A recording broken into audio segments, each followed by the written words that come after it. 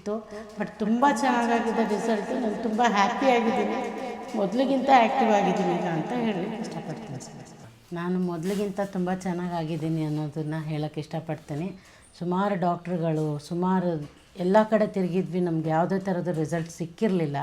ಇಲ್ಲಿ ಟ್ರೀಟ್ಮೆಂಟು ತುಂಬ ಚೆನ್ನಾಗಿ ನಡೀತು ಮತ್ತು ಇಲ್ಲಿ ಸ್ಟಾಫ್ಸ್ ಕೂಡ ತುಂಬ ಚೆನ್ನಾಗಿ ಫ್ರೆಂಡ್ಲಿಯಾಗಿ ಟ್ರೀಟ್ಮೆಂಟ್ ಮಾಡುವಾಗ ಫ್ರೆಂಡ್ಲಿಯಾಗಿ ಮಾಡ್ತಾರೆ. ಮತ್ತು ಸರ್ ಕೂಡ ಬೂಸ್ಟ್ ಮಾಡ್ತಾ ಇರ್ತಾರೆ, ಹಾಗಿರಿ ಹೀಗಿರಿ ಅಂತ. ಮತ್ತು ಡಯಟ್ ಕಾನ್ಷಿಯಸ್ ಎಲ್ಲ ಹೇಳ್ಕೊಡ್ತಾರೆ. ನಾನು ಇಲ್ಲಿಗೆ ಬಂದ ನಂತರ ಸ್ವಲ್ಪ ನನ್ನ ವೆಯ್ಟ್ ಲಾಸು ಕೂಡ ಆಯಿತು.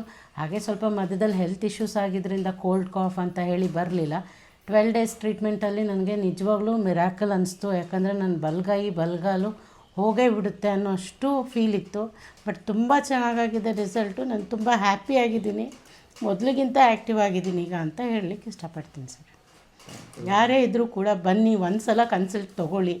1 ಡೇ ಟ್ರೀಟ್ಮೆಂಟಲ್ಲೇ ನಿಮಗೆ ಸ್ವಲ್ಪ ಚೇಂಜಸ್ ಕಾಣುತ್ತೆ. ಆಮೇಲೆ ನಿಮಗೆ 21 ಡೇಸು 12 ಡೇಸು ಅದು ನಿಮ್ಮ ಹೆಲ್ತ್ ಇಶ್ಯೂಸ್ ಪ್ರಕಾರ ಡಾಕ್ಟ್ರ್ ನಿಮಗೆ ಸಜೆಷನ್ ಕೊಡ್ತಾರೆ. ಒಂದು ಸಲ ಬಂದು ನೀವು ಸಾಯಿ ಹೆಲ್ತ್ ಕೇರ್ ಸೆಂಟರ್ನ ಮೀಟ್ ಮಾಡಿ ಅನ್ನೋದು ಹೇಳಲಿಕ್ಕೆ ಇಷ್ಟಪಡ್ತೀನಿ.